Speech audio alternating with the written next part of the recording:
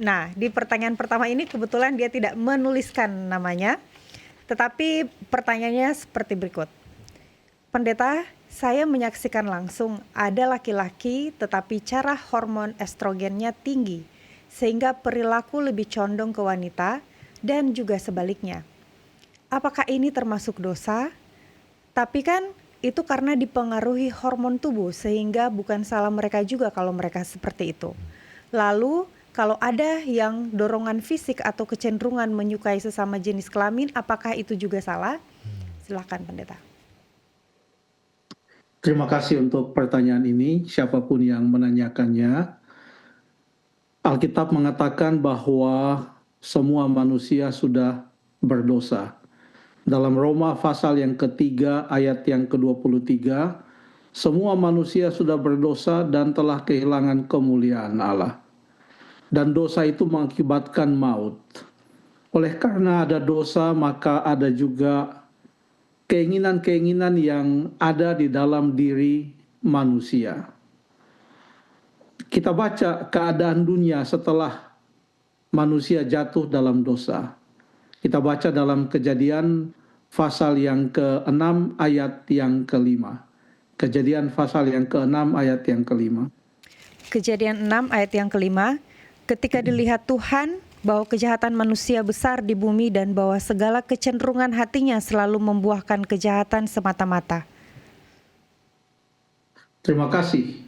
Setelah manusia berdosa, lalu kemudian bertambah jahat, keadaan mereka katanya, kecenderungan hatinya selalu membuahkan kejahatan semata-mata. Artinya, ada kecenderungan dan ada juga yang dibuahkan oleh kecenderungan itu. Tuhan Yesus sendiri berkata di dalam Matius pasal yang ke-15, Matius pasal yang ke-15, Tuhan Yesus berkata dalam ayat yang ke-19, karena dari hati timbul segala pikiran jahat, pembunuhan, perzinahan, percabulan, pencurian, sumpah palsu, dan juga hujat. Dari dalam hati, kecenderungan hati. Kecenderungan hati atau keinginan ini bukan hanya dalam hal seperti yang ditanyakan dalam pertanyaan ini. Ada perilaku yang condong, laki-laki condong ke wanita, wanita condong lebih ke laki-laki. Saya bukan pakar kesehatan untuk membahas hormon dan lain sebagainya. Tapi dari sudut pandang Alkitab, oleh karena ada dosa, maka ada kecenderungan-kecenderungan itu. Dan manusia lahir dengan keadaan yang berdosa. Manusia tidak lahir dalam keadaan suci, lalu kemudian 10 tahun, baru kemudian muncul itu keinginan-keinginan. Pada waktu ia masih dalam kandungan pun, ia sudah berdosa. Itu kata Mazmur pasal yang ke-51. Ya. Jadi itulah akibat dosa. Sekarang kecenderungan itu bukan hanya untuk dalam hati secara alami menyukai sesama jenis kelamin, tapi ada juga orang yang dalam hatinya ada kecenderungan selalu berpikir untuk mengambil barang milik orang lain atau mencuri. Tetapi dia bisa untuk tidak mencuri, sekalipun di dalam hatinya ada keinginan untuk mencuri. Orang tentu bertanya, kalau begitu apa artinya 10 perintah Tuhan? Perintah yang ke-10 dalam Keluaran pasal yang ke-20 ayat yang ke-17. Janganlah kamu mengingini istri sesamamu, kemudian milik sesamamu jangan kamu mengingini. Yang dimaksud dengan mengingini di sini adalah seseorang yang pada waktu dia mulai mengingini, maka dia membiarkan keinginannya itu dipelihara, lalu dia melayani keinginannya itu dan dia menikmati keinginannya itu, dan yang membuat keinginannya itu tidak dilakukan hanya karena tidak ada waktu saja. Makanya Tuhan Yesus berkata juga di dalam Matius pasal yang ke-5, Matius pasal yang ke-5, ayat yang ke-28, Aku berkata kepadamu, setiap orang yang memandang perempuan serta menginginkannya sudah berzina dengan dia di dalam hatinya. Ini mengingini dalam arti dia melayani keinginannya itu, menikmati keinginannya itu, dan membiarkan keinginannya itu terus merajalela di dalam hatinya, sehingga dia tidak berzina hanya karena tidak ada waktu, tidak ada kesempatan. Beda dengan seseorang yang punya kecenderungan untuk melakukan dosa. Karena semua manusia punya kecenderungan untuk berbuat dosa yang sudah terbangun di dalam hatinya ketika manusia jatuh dalam dosa. Kecenderungan itu walaupun dia memilikinya, tapi dia mempunyai pertolongan, dan pertolongan itu adalah dari Tuhan. Itu boleh dibaca di dalam Roma pasal yang ke-7. Di situ Paulus betul-betul, Rasul Paulus menggambarkan tentang apa yang namanya keinginan. Dia mulai dengan ayat yang ke-7. Tolong dibaca ayat yang ke-7. Roma 7 ayat 7. Jika demikian, apakah yang hendak kita katakan? Apakah hukum Taurat itu dosa? Sekali-kali tidak. Sebaliknya, justru oleh hukum Taurat aku telah mengenal dosa. Karena aku juga tidak tahu apa itu keinginan, kalau hukum Taurat tidak mengatakan jangan mengingini. Terima kasih. Lalu setelah dia mengatakan jangan mengingini yang dia kutip dari 10 perintah Tuhan, dia bahas mulai dari ayat yang ke-13. Dia mengatakan contohnya di dalam ayat yang ke-15, sebab apa yang aku perbuat aku tidak tahu, karena bukan apa yang aku kehendaki yang aku perbuat, tetapi apa yang aku benci itulah yang aku perbuat. Jadi jika aku perbuat apa yang tidak aku kehendaki, aku menyetujuinya bahwa hukum Taurat itu baik. Kalau demikian bukan aku lagi yang memperbuatnya, tetapi dosa yang ada di dalam aku. Dosa itu sangat mendorong dan tidak bisa dibendung. Mau dalam hal apapun manusia tidak bisa membendung dosa itu. Alkitab mengajarkan hanya ada satu cara untuk membendung dosa itu, sehingga tidak dilakukan. Itulah yang dia katakan di dalam ayat yang ke-24 dan 25. Tolong dibaca. Ayat 24 dan 25. Aku manusia celaka. Siapakah yang akan melepaskan aku dari tubuh maut ini? Syukur kepada Allah oleh Yesus Kristus Tuhan kita. Oleh Yesus Kristus Tuhan kita. Hanya oleh kuasa Tuhan sajalah kita bisa menahan diri untuk tidak berbuat dosa.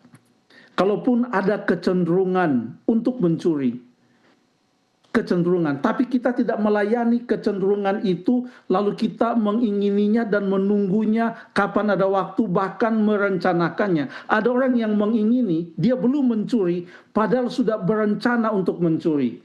Saya akan buat begini, saya akan buat begini, nanti jam sekian saya akan demikian, strateginya adalah demikian. Tapi dia tidak jadi mencuri hanya karena tidak ada waktu. Waktunya tidak tepat. Tetapi semua keinginan, kecenderungan itu sudah dia bangun, dia layani, dia matangkan di dalam pikirannya. Itu yang dimaksudkan, janganlah kamu mengingini. Tapi manusia hidup dalam kecenderungan-kecenderungan berdosa. Tetapi kalau seseorang punya kecenderungan berdosa, tetapi dia bergantung kepada Tuhan, maka di dalam kelemahannya dengan keinginan-keinginan yang sudah terbangun dalam dirinya untuk melakukan dosa, karena dia adalah orang berdosa, untuk mencuri, untuk membunuh, untuk berzina, dan lain sebagainya, untuk membalas dendam. Tapi atas pertolongan Tuhan, kecenderungan dan keinginan itu bisa diredam oleh Tuhan Yesus, oleh kuasa Roh Kudus, sehingga itu tidak dikembangkan menjadi rencana yang hanya menunggu waktu saja. Demikian juga dengan pertanyaan ini. Orang yang mempunyai kecondongan atau kecenderungan untuk menyukai sesama jenis, itu adalah suatu kelemahan karena dosa. Apakah dia bisa mengalahkan itu? Bisa. Siapa yang bisa menolong? Tuhan Yesus. Sama seperti Tuhan bisa menolong orang yang cenderung mencuri. Tuhan bisa menolong orang yang cenderung berbuat zina. Tuhan bisa menolong orang yang cenderung untuk membunuh. Dia bisa menolong orang yang cenderung untuk menyukai sesama jenis. Dia bisa menolong atas pertolongan Tuhan. Jadi ini menyatakan bahwa dalam keadaan kita yang penuh dengan dosa ini, tidak ada waktu aman tanpa pertolongan Tuhan. Tidak ada waktu aman tanpa pertolongan Yesus Kristus, tanpa pertolongan Allah, tanpa pertolongan Roh Kudus. Tidak ada waktu aman. Dengan kekuatan diri kita sendiri, kita tidak bisa mengalahkan dosa. Makanya di dalam ayat yang tertulis di Yakobus pasal 1, ayat yang ke-14, Yakobus 1 ayat yang ke-14, boleh tolong dibaca? Yakobus 1 ayat 14. Tetapi tiap-tiap orang dicobai oleh keinginannya sendiri, karena ia diseret dan dipikat olehnya. 15. Dan apabila keinginan itu telah dibuahi, ia melahirkan dosa, dan apabila dosa itu sudah matang, ia melahirkan maut. Terima kasih. Ada proses dari keinginan sampai keinginan itu dibuahi dan melahirkan dosa. Dan saya sudah bahas tadi apa yang dimaksudkan dengan keinginan ini. Ini adalah kecenderungan yang dilayani, kecenderungan yang dibangun dan terus dibangun, bahkan direncanakan, tetapi tidak dilakukan hanya karena dia tidak punya waktu. Itulah sebabnya fantasi-fantasi tentang dosa, tentang apapun juga itu, tidak bisa kita layani. Itu semua datang dari kuasa kejahatan. Kita bisa untuk menahan itu hanya oleh pertolongan Roh Kudus saja. Jadi apakah kalau manusia punya kecenderungan untuk berbuat dosa, maka dia telah menentang Tuhan? Dia hidup di dalam dosa. Dia manusia yang sudah jatuh dalam dosa. Darah dagingnya adalah dosa. Dia bukan orang suci, dia penuh kelemahan, dia penuh dengan keinginan-keinginan, tapi dia berjalan bersama dengan Tuhan, sehingga keinginan-keinginan itu tidak ia layani dan tidak ia kembangkan. Dia tidak menjadikan keinginan dan kecenderungannya itu sebagai suatu maaf untuk melakukan dosa. Dia tidak mengatakan, ya memang saya sudah begini, mau bilang apa, makanya saya mencuri. Saya sudah begini, mau bilang apa? Makanya saya membunuh. Saya sudah begini, makanya mau bilang apa? Makanya saya marah. Itu pun kan dosa. Saya sudah begini, saya harus balas dendam karena memang saya beginilah. Kalau kita menjadikan kecenderungan itu sebagai alasan, maka kita bisa jadinya ujung-ujungnya, kalau kita menjadikan kecenderungan, karena kita adalah manusia berdosa dan kecenderungan itu menjadi pembenaran atau alasan, maka akhirnya kita bisa melakukan dosa apa saja, karena itu menjadi pembenaran. Ada Tuhan Yesus yang bisa menolong kita. Terima kasih.